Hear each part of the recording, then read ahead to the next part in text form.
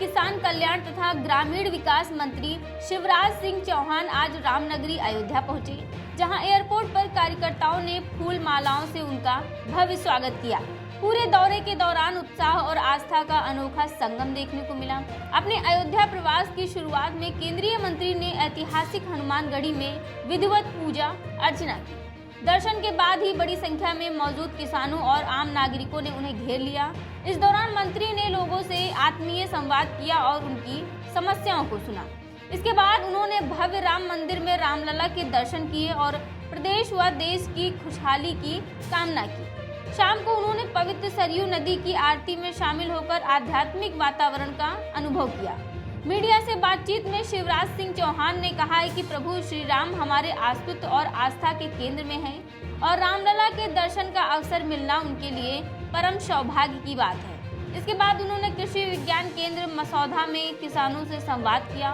उन्होंने कहा है कि असली नीतियां सिर्फ दफ्तरों में नहीं बल्कि खेतों और किसानों की बीज बनती हैं। नई बीज किस्मों, इंटरक्रॉपिंग और एकीकृत खेती को बढ़ावा देकर किसानों की आय बढ़ाना सरकार की सर्वोच्च प्राथमिकता है। उन्होंने कहा है कि प्रधानमंत्री नरेंद्र मोदी और मुख्यमंत्री योगी आदित्यनाथ के नेतृत्व में देश और प्रदेश तेजी से विकास के पथ पर आगे बढ़ रहे हैं। अन्नदाता की समृद्धि ही सरकार का संकल्प है और किसानों को आत्मनिर्भर बनाना ही सरकार का लक्ष्य है। हम भी अपनी जनता को ही भगवान मान के उसकी बेहतर सेवा करते रहें, अपना सारा जीवन और संपूर्ण शक्ति लोगों की सेवा करके उनके जीवन को बेहतर बनाने में लगा पाए। अयोध्या कैसी लगी आपको? अद्भुत, 3 लोग से न्यारी। सर, अभी किसानों से बातचीत किया है? अभी ये बात कृषि विज्ञान केंद्र में मसौदा में आया हूँ। बलदेव जी भी साथ हैं, हमारे विधायक जी और बाकी मित्र भी यहाँ पे साथ है। कृषि विज्ञान केंद्र किसानों तक नई बीजों की किस्में हो, तकनीकी हो, कृषि पद्धतियाँ हो, उनको पहुंचाने का हमारा सबसे सशक्त माध्यम है।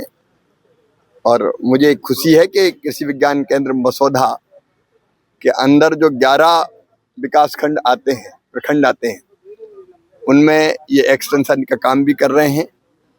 नई किस्मों के भी यहाँ प्रयोग चल रहे हैं।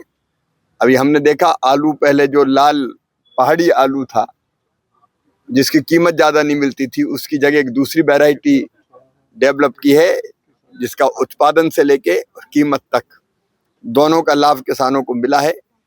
यहाँ इंटरक्रॉपिंग का काम भी किसान भाइयों ने बताया कि गन्ने के साथ वो अलग अलग आलू सहित अलग अलग कई आलू, प्याज, दूसरी चीजें कर रहे हैं और ये फसलें एक दूसरे को फायदा पहुंचाती है, तो उससे दोनों उत्पादन दोनों का बढ़ता है और किसान को लाभ मिलता है।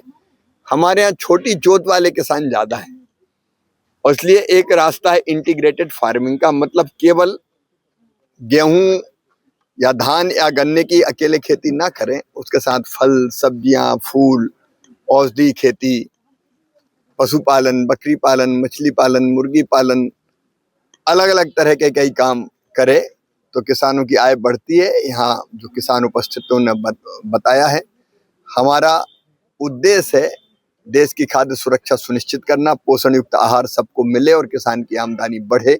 यहाँ लगातार योगी जी के नेतृत्व में उत्तर प्रदेश की सरकार भी बहुत बेहतर काम कर रही है और प्रधानमंत्री जी के नेतृत्व में सारा देश आगे बढ़ रहा है। अभी आप सब्सिडी की बात कर रहे थे, किसानों से राय भी ले रहे थे खाद को लेकर, क्या है? नहीं, किसानों से देखो, असली नीतियां बनाने का काम होता है किसानों के बीच में।